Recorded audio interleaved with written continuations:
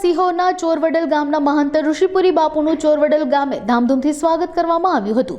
ગુરુદત્ત ગૌશાળા તેમજ કાલ ભૈરવ આશ્રમના મહંત ઋષિપુરી બાપુ પ્રયાગરાજનું પવિત્ર સ્નાન કરી તેમજ કાશી વિશ્વનાથ અને ઉજ્જૈનની યાત્રા પૂર્ણ કરી પરત ફર્યા હતા। મહંત ઋષિપુરી બાપુના ગામના લોકો દ્વારા વાજતે ગાજતે સામૈયા કરવામાં આવ્યા હતા। બાપુના દર્શન માટે લોકોની ભીડ જોવા મળી હતી અને બાપુનું સ્વાગત ધામધૂમથી કરવામાં આવ્યું હતું।